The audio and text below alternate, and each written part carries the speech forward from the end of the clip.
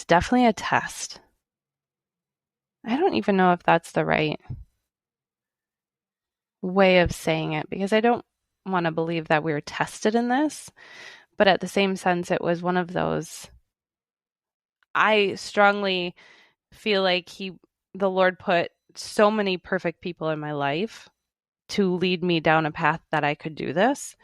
Um, Otherwise, I would have ended up as another breech twin baby birth in a hospital C-section room. Not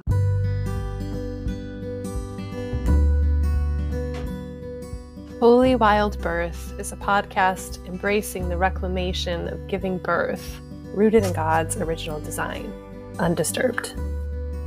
Here, we share homebirth stories highlighting God's presence as the great midwife, as well as conversations about all aspects of a holistic, spirit-led childbearing year. From the perspectives of myself, traditional midwife Lauren Hall of Rooted in Eden Private Contract Association, And me, holistic doula and birthkeeper Brooke Collier of Sister Birth. to choose a holy wild birth journey is to consecrate all your decisions unto the Lord. And to reclaim creation unadulterated by centuries of human attempts to control and improve upon what God has already called good. Please remember, birth is not a medical event, but a natural process. We are not your care providers, and this should not be taken as medical advice.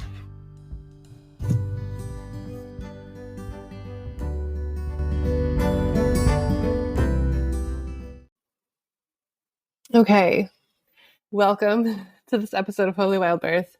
And if you are obsessed with twin birth stories, as I kind of have been lately, you're especially going to love this one.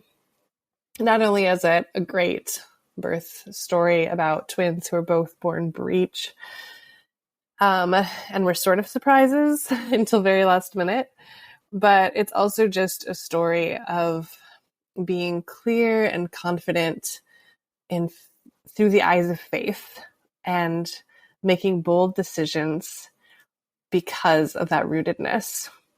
So Jessica, the mama, is just a remarkable person who navigated a complex situation with such grace and so much faith. And she has so many encouraging things to say to you also as listeners. I know you're going to love this episode. Can't wait for you to hear it. As we dive into today's birth story, just a reminder that the choices and beliefs of the mamas sharing their stories here are as individual and varied as the storyteller herself, and do not necessarily reflect the beliefs or recommended actions of Lauren and or Brooke. Hi, Jessica. Welcome to Holy Wild Birth. Thank you. I'm so glad you're here. Me too. All right. So before we dive into one of your birth stories, would you mind just sharing with our listeners a little bit about you? Yeah. So, my name is Jessica. I'm from Coopersville, Michigan. I have 3 kiddos, lots of cows, chickens, dogs, cats, the whole funny farm here in Coopersville. I'm a chiropractor, specializing in prenatal and pediatrics. And yeah, that's about me. Yeah, awesome. And just to give our listeners a sense of, I met Jessica when she was in labor for the babies that we're going to be talking about today, but have since gotten to spend time with her in other avenues, photography and birth related. So she's great. I'm so excited that you all get to hear her story and her heart today.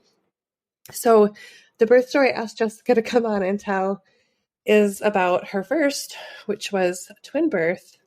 And there's so much even leading up to it, isn't there, Jessica? Because you didn't necessarily know about these twins. No, yeah.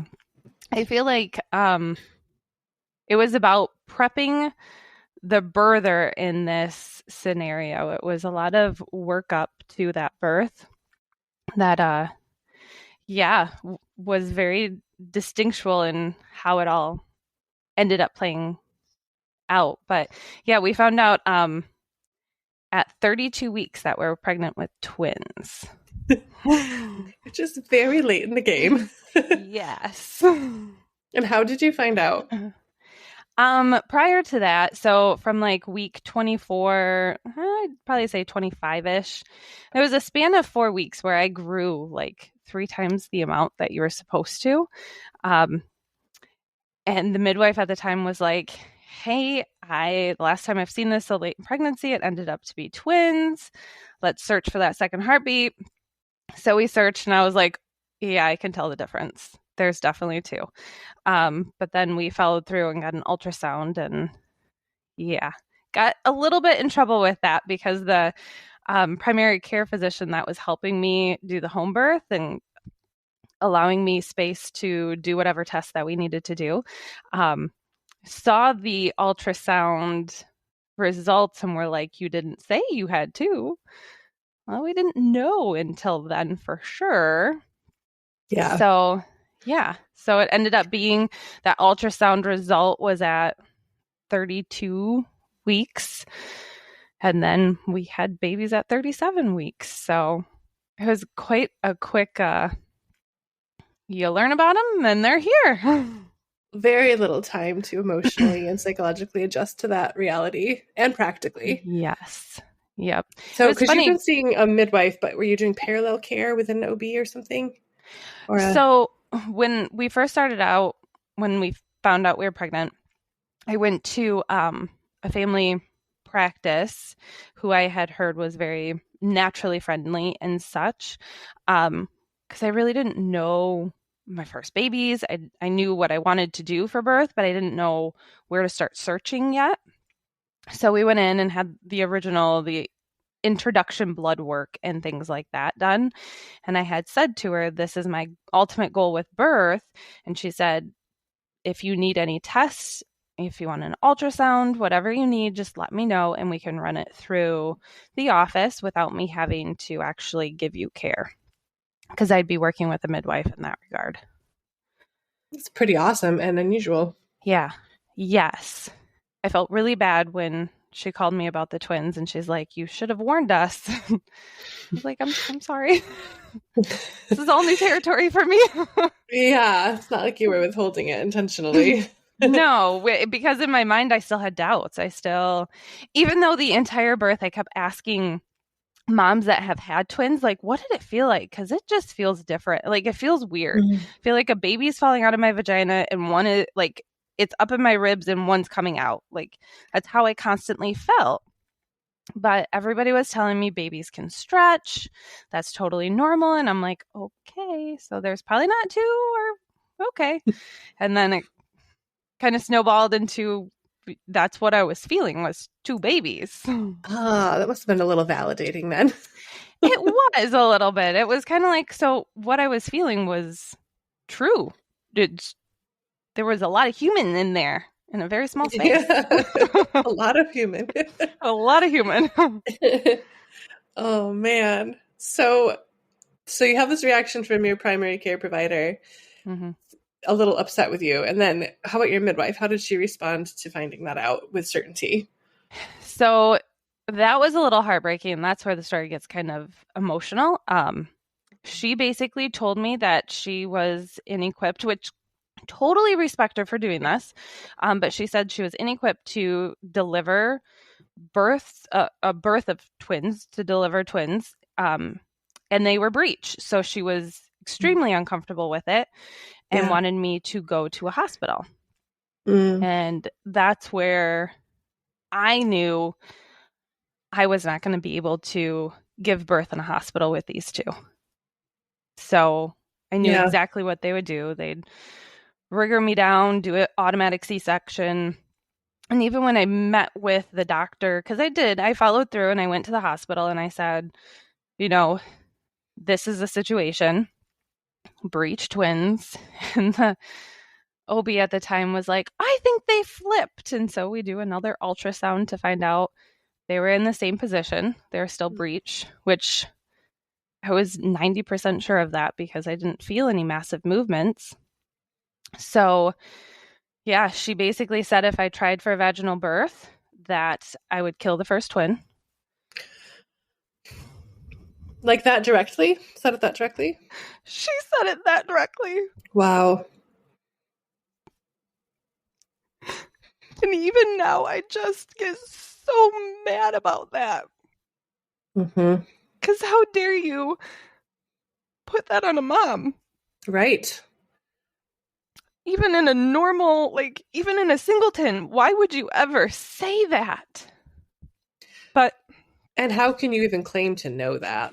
It's pompous. It's a bit of a pompous thing to proclaim, as well as insensitive. Yep. And I said, okay, I understand that risk. Although I didn't, I was being respectful. Mm-hmm. And I said, then I would feel more comfortable if we were going to do a C-section. I wanted labor to start. I'm not going to have these babies in 4 hours. Like, most labor lasts a while. So can I at least let labor start? And it was an absolute no. We were going to do a C-section. We were going to schedule it at 36. No, she couldn't even have done that because I was already past 36. I was rounding the corner on 37 weeks when this happened. When you went to the hospital to have this conversation with the powers that be there. Okay. Yep. So I turned 37 on Monday, and it was the previous Friday. Mm-hmm.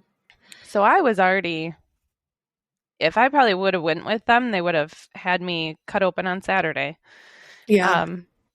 They probably wouldn't have even let me go through the weekend. Mm-hmm. So here you are, and you like respect your midwife for knowing like kind of the bounds of her scope of practice, and like she's trying to be in her integrity and tell you, I'm not equipped to do this, which leaves you in the space of like, well, then I either have to go down the hospital trail, which will be a planned cesarean ASAP, or stand in your own truth, which something deeper inside of you, it sounds like, was saying that's not really an option for me. Yep. And I will be honest, I went to the bathroom at the hospital and had a moment of panic. It broke down. Yeah. Completely into praying, like, just give me a sign of what I'm supposed to do. Mm-hmm. I think I would have to. I remember standing up and going, this is not the place for me.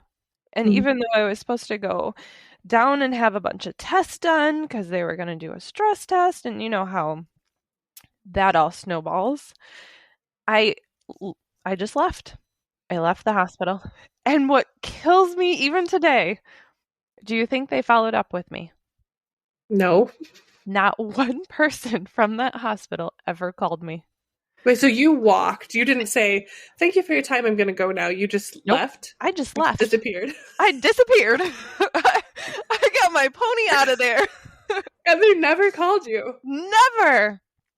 They never called me. Nobody followed up. Interesting. Yep. No, I didn't show up for the stress test. Do you think they'd call me? Nope. Nothing. Do you wonder if that was God? Like, in a way? Because if they had called you and hounded you and asked you all these questions and followed up and tried to coerce you back, that could have been hard to withstand, that pressure. It could have. Honestly, I probably would have never answered the phone. Okay. I probably would have been like, nope, done. I'm done talking to you guys. So I left going, this is not my place. And I called my doula and was like, so I walked out of the hospital. We're doing this at home. Who's a midwife I can call that will do this for me? From panic to here's the plan. Yep. Let's figure it out. Yep. And I told my husband, he's like, so how did it go? I went, yeah, I'm not birthing there. We're going to do a home birth stuff. Okay. He still amazes me to this day. I will say things like, I'm going to birth 2 babies that are breech and a midwife. And that's what we're going to do. And he goes, okay. That is a special kind of man. I know. I always he's my compass, is what I say. When I say something and he's cool with it, I'm like, okay, we're on the right track. When I say something, he's like, no, that's a little far-fetched. I'm like, okay, maybe I need to rein it in a little bit. I love that. That's really beautiful. A beautiful Yeah. degree of trust in your relationship. Yeah, he had a lot of trust in me. I will definitely say that. But yeah, so I told him that, and then the doula got me a couple names of some midwives, and she actually did a lot of legwork and reached out to a couple of them. And one said that she was willing to think about it. I was like, well, so she's my only option. So what is she going to do if I just show up at her doorstep having a baby? Like, she's going to take me in, right? So that Saturday, I think I talked to her, and she was full of questions and full of, you have to do this and you have to do this. And at the time, I remember thinking, you do realize how far along I am already, right? We don't have a lot of time. No, I mean, 37 weeks is pretty much full term for twins, but yeah. So my first appointment with her was supposed to be that Monday, and I was turning 37 weeks that Monday. I think I was supposed to meet her at like 1 o'clock in the afternoon. And at 8 o'clock, my husband and I are standing there chit-chatting in the kitchen, and my water broke. Nothing leading up to it, nada. The same day as what would have been your first prenatal. Yeah. Your water just broke out of clear blue nowhere. Like, just, yep. Okay. Yep. So I went run to the bathroom. I jump in the tub because I was like, all this fluid is coming out. I don't understand. My husband goes, do you think it's your water? Well, it could be, probably. And I think within like 5 minutes-ish, then I started feeling contractions. Wow. I was like, okay. So we haven't met the midwife. We don't really know where we're giving birth other than her birth house. And my water just broke. This is how we go. Oh, my word. So the one conversation you'd had with her before was on the phone? Yeah. Oh, okay. I didn't realize that. Yeah. Yep. Oh, so my I had goodness. talked to her on the phone, gave her kind of my health history, basically, and my prenatal histories and everything that had happened, along with position of babies and things like that, and kind of had the whole diving deep. And I strongly remember this moment in the conversation. Well, she goes, "You got to start eating sweet potatoes." And I was like, yeah. And I went, all right, I'll eat sweet potatoes. Can we give birth with you? Like, yeah, if you eat sweet potatoes. And then she goes through a whole realm of other stuff that I have to do, all food related. And I was like, okay, so we can give birth with you, right? It was just so bizarre. So bizarre.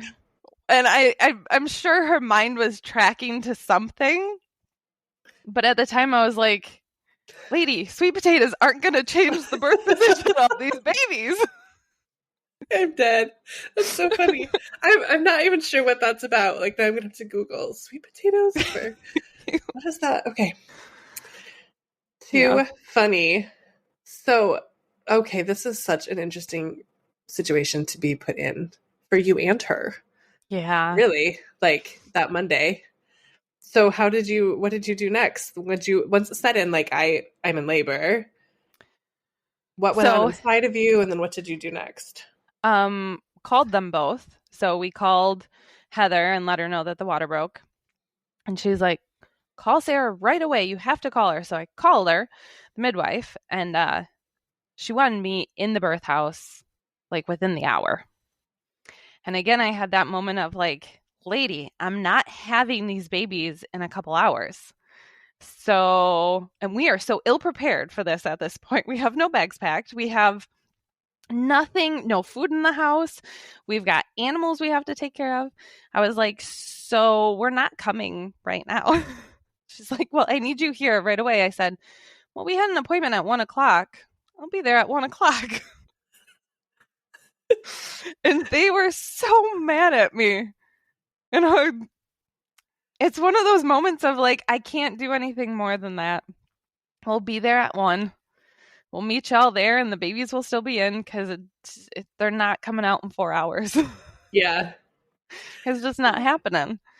So, yeah, I labored at the house and I packed bags, and my husband ran to the grocery store and went and got hay for the horses that we had at the time. And he came home and he goes, my dad and my mom are really freaking out. They said if you're in labor, you probably need to go somewhere. I was like, I'm good. It's truly your ability to remain cool and so clear about your boundaries in the middle of the situation, like, never ceases to amaze me. Looking back on it now, I'm definitely proud of myself and how much faith I had, how much knowing that I could handle it, knowing that this was the way it was supposed to go, knowing that this is how labor is, and it's, it comes and goes and it flows, and you just go with it. I can definitely look back. I don't know if in the moment I really knew how centered and calm I was, but looking back on it, I'm like, yeah, that was a good labor. Yeah. Yeah, you just use your voice really well. That's what I already noticed, that theme here. Like, you used your voice very strongly and clearly, but not in a mean way. You were just very clear. No. And I wasn't trying to be mean, wasn't trying to hurt anybody's feelings. It was just, we're not making that. We're not going to go. I'm not going to kill my firstborn. I'm going to have these babies naturally, and they're going to be healthy and happy. And this is what our bodies are meant to do. I mean, God would never have set us up for failure. It's our fears that come into play that cause failure. Yeah. So, we were just, I was sitting in such good faith, and I feel like I prepped the birther so well that when it came time for birth, it just flowed naturally, in the sense of, this is the next step. This is what we do. This is what's going to happen. That kind of scenario. Yeah. Yeah. And I encourage every mom, prep yourself, prepare yourself mentally, physically. Like, it's all about how well you do for you before you give birth to baby. Yeah. How well you can center yourself with the Lord, how well you can ground yourself in what your bodies are meant to do. Yes. Preach. That's a good word. Yeah. I often tell the women I work with that your birth plan starts well before your first contraction. Absolutely. And a lot of it is that holistic self-care and preparation that you do throughout your whole pregnancy. Absolutely. Yeah. Yep. Okay. So 1 o'clock, did you make your 1 o'clock appointment? We did. We got there and got ushered in and had to lay right down for an ultrasound because everybody was again convinced that these babies might have changed positions. While the whole time I was like, I'm pretty sure they're not. But we had to confirm, and they were still breech. So then we just spent the next, it was almost 10 hours now that I think about it. So we got there at 1 p.m. and we had Dirk at 1:30 a.m. So we spent that whole time just laboring. It's so funny. We were walking around the block, and it's not exactly the nicest neighborhood to be walking around the block where this birth house is. We're walking around the block, and I'm laboring and having this contraction, and we stop outside of one of the houses, and this guy comes out, big guy. He comes barreling towards us. Guys, I have ribs. There are some stellar ribs on the grill right now. And my husband is like, could we come try? This guy is oblivious that I am like in full-blown labor, contracting, bent over, big old belly. And they're having conversations about trying ribs. And this guy, nah, man, nah, you can't have any. And turns around and walks away. So random. I know. Just that you rub it in your face a little, I guess. I think so. But it was the ongoing joke. I remember after having Madeline, we're sitting there in the tub, and I looked at Heather and was like, "Too bad we didn't have some ribs to eat." I love it. I love the comedic relief moments in labor stories. Yes, it was all good. But yeah, we labored, and yeah, I remember being super cold. Had the heat going in the room. You probably remember that when you came in when I was finally having baby, is that like the heat in that room. And I was super pregnant. So to back this up a little, I was apprenticing, or I was planning to start apprenticing with a midwife. But I was super pregnant with my fourth baby. And when I heard about this birth, I was like, I will volunteer to photograph it. And so she checked with you. And so there I was. So it was pretty weird and last minute that I was there. It was. And it was so funny because I remember, and Heather did a lot of like the middleman back and forth. I applaud her, our doula. Because I didn't have that relationship established with the midwife, she became the back and forth. So she came in and was like, so there's a photographer who wants to photograph this. I said, what the hell? I went from wanting like 2 people in this birth to having like a whole show. So why not? Thank you for saying yes. I am very grateful I said yes. But it was just so funny thinking about like, I just want a midwife and the doula and my husband, just a small little, like not a lot of people. And now we had to have 2 midwives and 2 people with those midwives. And we ended up, I think there was probably like 8 or 10 people in that room with us. 2 midwives, 2 students, me. I believe so. Heather, your husband. Yeah, it was a little bit of a crowd. Yeah. But Heather's such a good space holder. She is. It was really, in my memory, so dim and quiet and like reverent kind of silence. It was not a party birth, even though there's a lot of people there. It didn't have that party vibe. No, I do agree with you on that. It was very, which I think it had to be for me, because I think if it did have the party vibe, I would have been like, nope, can't do it. Yeah.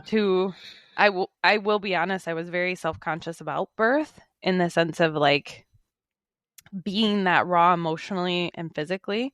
But then it came down to it, and I remember going, oh, stupid bra, and like whipping it off and just being like, I don't need clothes. So to move into like the space of planning where I'm like, no, nobody can see me. You know, I want to keep things private, to being like, I don't care. It was you're getting somewhere. Yes. Yes, exactly. It's a funny thing to remember and to be in that position where then even afterwards to show people your pictures are like, yeah, so they're pretty raw, but enjoy. I love it. Okay, I feel like I keep taking you off track. So you're laboring, and it's now like the middle of the night. And tell me about that kind of transition from like laboring to starting to feel pushy. Honestly, I blank out a lot on that hour before and in the actual pushing portion of it. I remember my contractions were very distinctly far apart, like I want to say 5 minutes-ish, if not a little bit longer. So I'd have a contraction, I'd push, and then all of a sudden we'd have this huge weight. I remember almost falling asleep during that moment in between just for rest. And then he started coming, and I didn't want to poop. I will be honest. I did not want to poop. And everybody's like, you have to bear down like you're pooping. But I don't want to poop. But I worked through it, and you really do bear down like you're going to poop. And he started coming out. And the biggest thing with breech births is that the body will come, but the head will stay in, and your cervix will slightly close around that neck. And so the worry and struggle is that baby will automatically start breathing because the body is out, but the head is still in. And so this is when we get into the panic mode. So body came out, and I remember the countdown started. I'm going to get emotional again. Yeah. But I think I had a minute and a half to get him out or something like that. And I don't remember it at all. I don't. That is the Lord working in his finest moment. Because the little boy came out, and he came out in time, but I couldn't describe to you pushing him out because I distinctly don't remember it. It was one of those moments where honestly I feel like somebody else did it. It wasn't me. But he came out and he wasn't breathing. I remember the first thought I had was I killed him. And everybody's like, talk to him. And all I could think was, I killed him. Once I got myself together, and this is all within seconds, started talking to him, I picked him up, and he started breathing. And all was good. And I think the emotional weight in the room lifted, and I think you can contest to how heavy it was in those couple minutes of the countdown to get his head out and when he took his first breath. It was very emotional. It's amazing how long and heavy those, even though they're technically short amounts of time, feels so long and laden with so much weight. Yep. And that was really, it was eye-opening to how, if I hadn't have had the faith that I did, how wrong this could have been. But at the same time, because of the faith and because I followed what I really truly believed the Lord had laid out for me, it worked out. And the journey in itself was a huge lesson. Yeah. And I wouldn't trade it for anything. Yeah. So yeah, and then I got to chill for a little bit, thankfully. I kept telling everybody, can we just sew the cervix up and leave the other one in there?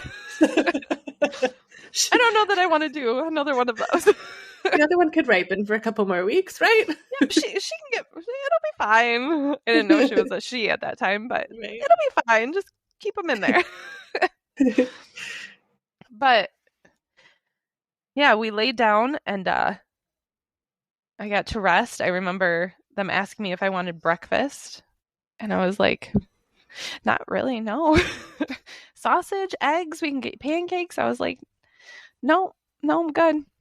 I think we had yogurt or something with us, so I had a little bit of a snack, and just chilled and breastfed him and connected directly with him.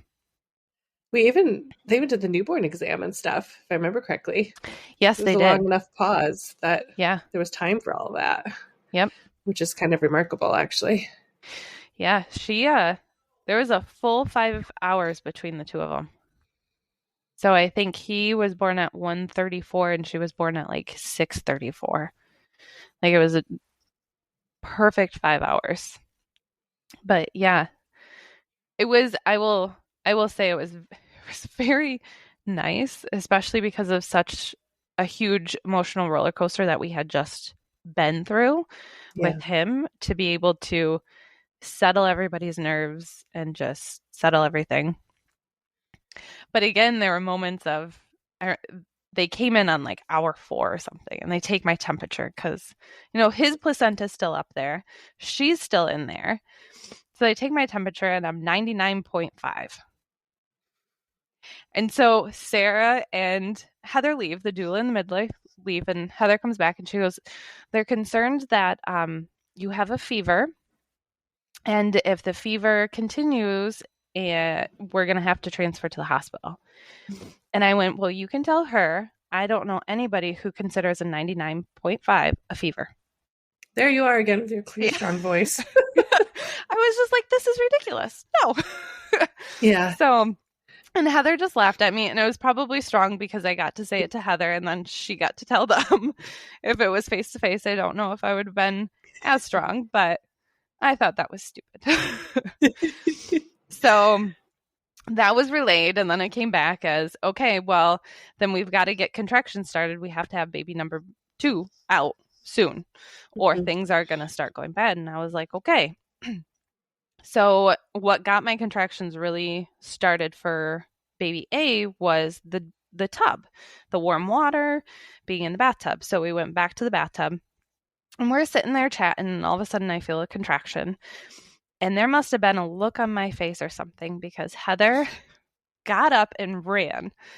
And as my contraction happened, I could feel her water sac break, and she came flying out.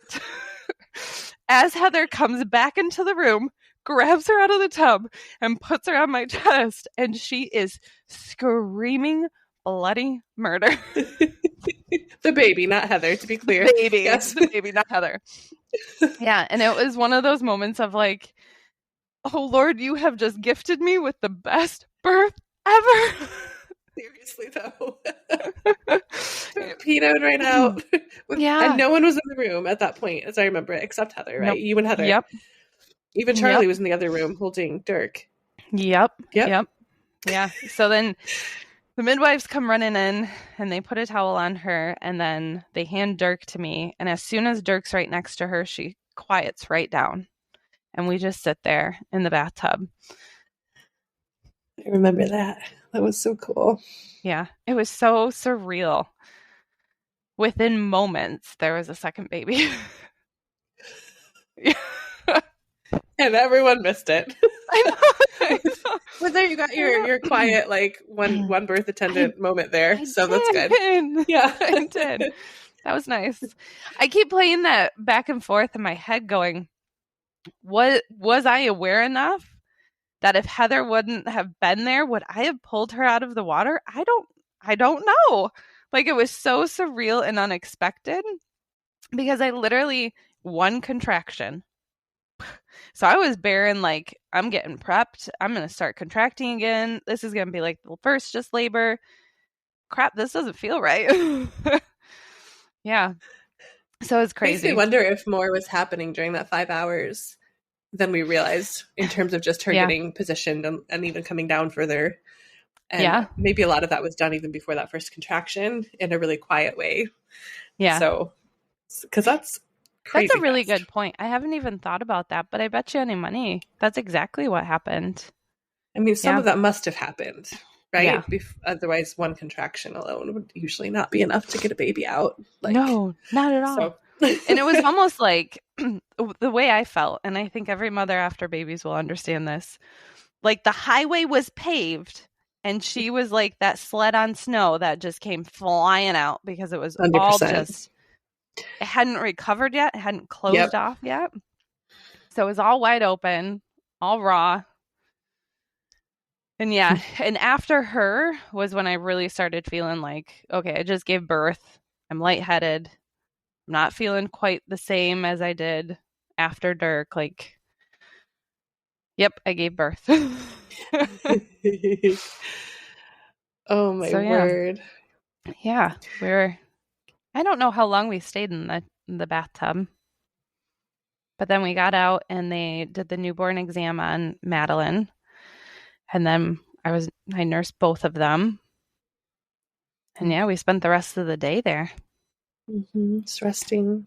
Yep. What about the placentas? Do you remember much about the placentas being born? Yes, unfortunately.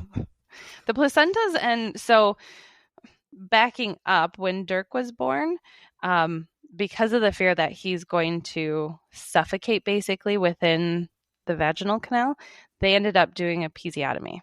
So they had cut me. So when we did the placentas, they also stitched that up. And both of those were, to me, kind of traumatic. I wasn't strong enough to go too much weight bearing. And so I couldn't use gravity to get the placentas out, and I Yeah. wasn't really contracting. So they did a lot of pushing and shoving on my stomach to get them out. But they came and then they stitched me up, which was in a birth house, so just local anesthetic on that stuff. Yep. And so it was pretty brutal. Yeah, it sounds like it. I wouldn't go through my second birth, my third child. I tore down that same episiotomy Mm. and healed that naturally because I didn't realize I had torn until 24 hours later. Yeah, I was gonna say I didn't realize that either. Yeah. Mm. And I would have chosen that way way before stitches. Like stitches they are hard. They're uncomfortable. They hurt when they go in. They hurt when they come out. Like they're just very uncomfortable. Yeah. And that's the only thing I can say about the twins' birth that I had to almost compromise on. As much as I didn't want something like that to happen, I felt like I really didn't have a choice in a matter because I wanted the midwives to back me up and feel safe. And if that made them feel safer about the delivery, then I guess that's what happened. But they never asked either. They just... Are you talking about the stitches or the episiotomy or both? The episiotomy, sorry. Okay. Yeah. They never asked to do that. They just You don't remember did a in the moment moment. of consent, of finding... No. I don't either, but my memory's not great, so... No. Okay. Yeah. But... Yeah. So for our listeners who might not know as much about breech birth, the baby's head is supposed to be flexed, so the chin down to the chest on the way out. And I think the concern was that Dirk's was not. And so if it's not, it can get hooked on the pelvic bone or kind of hung up in other ways on the way out. And so cutting an episiotomy, especially you were a first-time mom. So this was... A lot of providers won't ever do a breech for a first-time mom also. So that's another piece of your story that's really interesting. Anyway, what they were doing was cutting an episiotomy so they could reach in and put a finger in Dirk's mouth and tuck his chin so that his head could finish coming through. And see, that was never really explained to me either. Okay. I was just told for airflow reasons. But that makes sense too. But also did, create some space around his mouth too. So that, Yeah. So, but still, it's to not have been given a moment to consent to being cut is still not the way it should be, right? Like that's not, no, it's not the ideal. No, it's not. But however, it's not like I ever got a prenatal appointment where I could tell them what my wishes were either. Right. So the fact that I got a home birth and that it all went well, I can handle a little bit of pain and agony in the middle of that. So I think for everyone, it was the best case scenario, even in those small little uglier moments. But yeah. Such a remarkable story. That this birth was one that I think stretched both you and your providers, like your care providers, to trust at a different level. Absolutely. Yeah. Trust each other, trust the process, trust God. Yeah. Yeah. It was definitely a test. I don't even know if that's the right way of saying it because I don't want to believe that we were tested in this, but at the same sense, it was one of those. I strongly feel like the Lord put so many perfect people in my life to lead me down a path that I could do this. Otherwise, I would have ended up as another breech twin baby birth in a hospital C-section room. Not that a C-section is bad by any means. It was just not right for me. And I felt like I was being shoved into a box and not heard. And so in that place, it didn't feel right to me. So, yeah, I think we're all pushed into our faith boundaries on where our comfort levels were, and maybe push those comfort levels farther than we thought was even possible. Mm-hmm. But yeah, I'm so forever grateful for everyone who was there with me, who took my side, who believed that I could do it, because that was another big thing is I kept hearing how, I guess what I heard from people was, I don't believe that you can do this. You have breech babies, they're twins, you can't do this. You cannot give birth vaginally. And I just felt like it was so unfair. So unfair to put that box on me without knowing me. Mm-hmm. But And you were told no several times by several people before you got your yes for support. Yep. So it makes sense that message would come through of like, yeah, I'm not so sure you could do that, lady. Mm-hmm. Yep. Mm-hmm. Yeah. But yeah, it was wild. It's quite the story. I don't hear many stories like it. And I try to use it, like I tell people about my story, not so much that I believe that everybody should have breech twins vaginally in a birth house. Not at all. I'd say it in a sense that I want those who have a gut feeling and know the direction they want to bring their baby into this world, follow that. Find those providers that will back you up. Find that faith in the fact that we are meant to give birth as women. Don't back down. Don't be that person who says, well, my doctor said I had to. But do you feel like you have to? I sat there and prayed, and I was like, if I feel like this is unsafe and this isn't the way it was supposed to go, give me a sign. Like, give me that gut feeling that this isn't how it's supposed to go. And all I kept hearing was, do it. You can do it. That gives me chills. Yeah. So that still quiet voice inside of you just kept saying, you can do it. Yeah. This is the way we were meant to do it. You're supposed to. You will find someone. Amazing. Yeah. That's such kindness from the Father to be that clear with you. Yeah. And to keep cheering you on like that. And so wise of you to find a way to be quiet enough to hear that voice. Yeah. Especially since there were so many other voices raging around you, saying other things, other stories. Yes. Yep. Yeah. I'm very grateful for that. Yeah. Wow. Mad respect for you. Thanks. Seriously. Yeah, that was to witness your birth was a pretty significant thing for me too. And to do that right before I had my own baby. I know. I remember you coming in at the end to say, I don't know if we had officially met at that point. I don't think so, because you were deep in labor land when I got there. Lady, you are pregnant.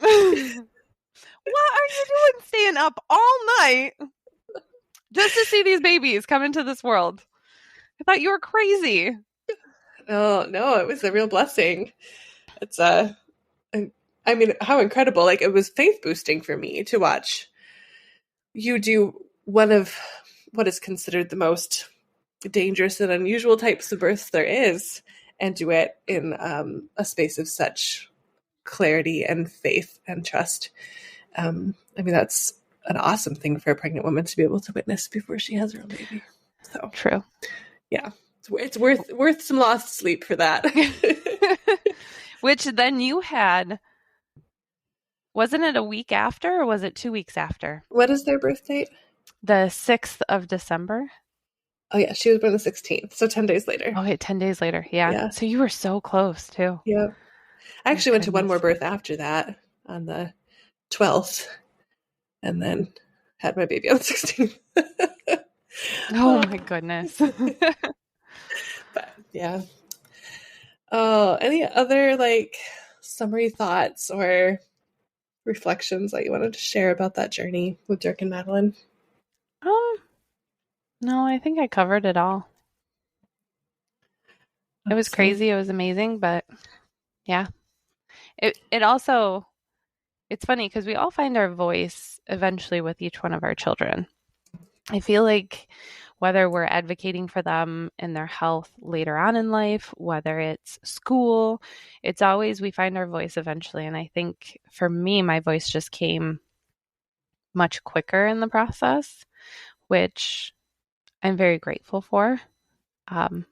Yeah. It's helped me stick with my gut feelings as a mom as their first years of life. And they're my first ones. And I'm not entirely sure of what we're supposed to be doing, but we had challenges that first year. And it helped me, again, stay rooted in faith and keep my voice strong to advocate for my kids, whether it was before they were born or when they were 8 months old, when they were a year old, when we went through other challenges with them.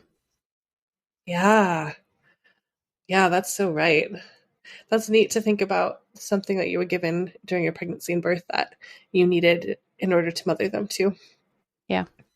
Mm-hmm. It's really cool. And then, spoiler alert, you guys, later when she had her second babe, she decided to go it unassisted. So the voice is still strong with Jessica, the inner clarity and the strong voice and the confidence. So, yeah. Gosh, thank you so much for sharing that story. Thank you for having me. I know you have to go back into some tender emotional spots to tell it, and I just honor that and thank you. Yeah, thank you. Mm-hmm. It's good to relive it every once in a while. Every once in a while. Sometimes I get a little too emotional on it, but yeah, it's good to go through all those moments again. Yeah. Oh, good. Well, you know what? I'm not going to ask you that question because you already did it. I was going to say if you have any words of wisdom, but you've already inserted a few nuggets and they're real good ones. So we'll just let you be. Sounds good. Thank you again so much. Thanks for having me. Mm-hmm.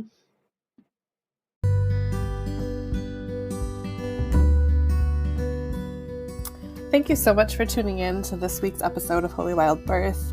We hope that you were genuinely encouraged, inspired, and challenged by what you heard today. If you're loving what you hear, please make sure that you share it. Leave reviews. That helps other mamas find this content as well. And don't forget to read the show notes, okay? Because that's where you can find our email address if you want to reach out to us and start a conversation. It's also where you'll find free offerings as well as invitations to work with me and or Lauren. We can't wait to get to know you. See you next week.